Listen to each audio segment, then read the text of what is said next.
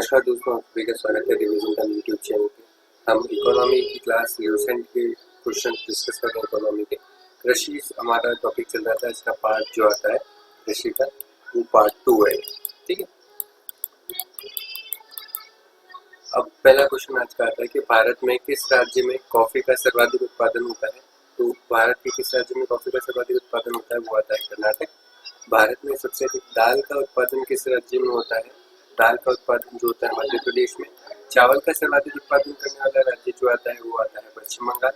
भारत में सोयाबीन का सर्वाधिक उत्पादन करने वाले राज्य में जो आता है किस राज्य में होता है, तो वो होता है अपने पास महाराष्ट्र में। ठीक है, सबसे पहले मध्य प्रदेश में होता था, लेकिन अब जो आता है महाराष्ट्र में होता है। ठीक है, मोटे अनाजों का सर्वाधिक उत्पादन करने वाला जो राज्य है वो कौन सा है, कर्नाटक राज्य है। ठीक है, मोटे अनाज का पहला उत्पादन जो करता था वो मोटे अनाज का अधिक उत्पादन करने वाला राज्य जो आता है कर्नाटक हो गया। पहले जो ये राजस्थान था। ठीक है, विश्व के चाय निर्यातकों में देशों में भारत का स्थान जो आता है वो कौन सा आता है, वो आता है हमारे पास द्वितीय। विश्व में रेशम उत्पादन में अग्रणी जो राष्ट्र आता है वो आता है चीन। ठीक है, निम्नलिखित में से किस फसल की खेती भारत में सर्वाधिक क्षेत्रफल में होती है। तो किस फसल की खेती सर्वाधिक क्षेत्रफल में होती है भारत में, तो इसका सही आंसर जो आ जाएगा धान यानी चावल की खेती सर्वाधिक होती है। आलू अनुसंधान की दिशा में भारत में सर्वप्रथम 1949 में पटना में केंद्रीय आलू संस्थान की स्थापना की गई थी।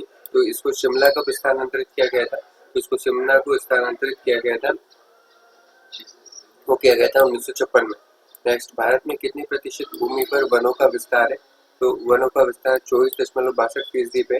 ठीक है, देश में कुल वन और वनों से भरा हुआ क्षेत्र जो आता है 80.9 मिलियन हेक्टेयर है, जो कि कुल देश के भौगोलिक क्षेत्र का 24.62% है। देहरादून में स्थित फॉरेस्ट सर्वे ऑफ इंडिया संस्थान के द्वारा कितने वर्षों में अंतराल पर देश में वनों की स्थिति पर रिपोर्ट प्रकाशित की जाती है। ठीक है, 2 वर्षों में की जाती है। नवीनतम रिपोर्ट के अनुसार, नवीनतम रिपोर्ट मतलब 2021 की रिपोर्ट के अनुसार देश में वन क्षेत्रों की दृष्टि से राज्यों का अवरोहीकरण बता रहा है। तो पहले इसमें जो आ जाएगा उसका आंसर आ जाएगा अरुणाचल प्रदेश, छत्तीसगढ़, फिर उड़ीसा। ठीक है, क्षेत्रफल के हिसाब से मध्य प्रदेश में सबसे अधिक सबसे बड़ा वन क्षेत्र है। इसके बाद जो आता है अरुणाचल प्रदेश, छत्तीसगढ़, उड़ीसा और महाराष्ट्र में आता है। ठीक है, और यहाँ पे इनका कितना प्रतिशत है वो सब यहाँ पे दिया है। राज्य के कुल भौगोलिक क्षेत्रफल में प्रतिशत में सबसे न्यूनतम वन क्षेत्र जो आता है वो किसका आता है, न्यूनतम वन क्षेत्र जो आता है वो हरियाणा का। कितना है, 1588 वर्ग किलोमीटर है, जो कि कुल भौगोलिक क्षेत्रफल का 3.59% है। राज्य के कुल भौगोलिक क्षेत्रफल में प्रतिशत के रूप में सर्वाधिक वन क्षेत्र जो आता है वो किसका आता है, कुछ प्रतिशत के रूप में सर्वाधिक वन क्षेत्र जो आता है वो किसका आता है, वो आ जाएगा सही आंसर हमारे पास मध्य प्रदेश का। नेक्स्ट, केंद्र शासित प्रदेशों में सर्वाधिक वन क्षेत्र कहाँ किसमें पाया जाता है, अंडमान निकोबार में, और न्यूनतम जो पाया जाता है वो कहाँ पे पाया जाता है, लक्षद्वीप में।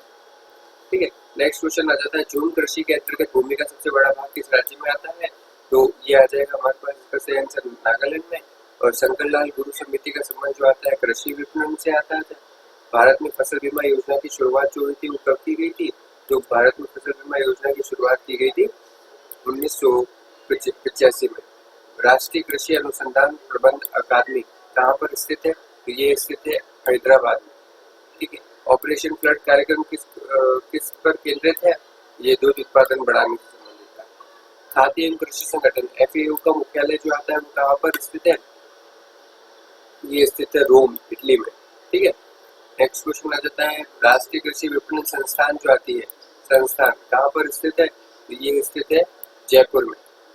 भारतीय कृषि में जुलाई से अक्टूबर नवंबर तक की अवधि को जो आता है उसमें कौन सी फसलें बोई जाती है, तो आ जाएगा खरीफ की फसलें। खरीफ की फसलों का मौसम होता है। किसान क्रेडिट कार्ड की योजना की शुरुआत जो आती है वो कब की गई थी, वो की गई थी 1998 में। इस तरीके से पार्ट 2 कृषि का यहाँ पर समाप्त होता है। आप सभी का यहाँ तक बनाने के लिए बहुत बहुत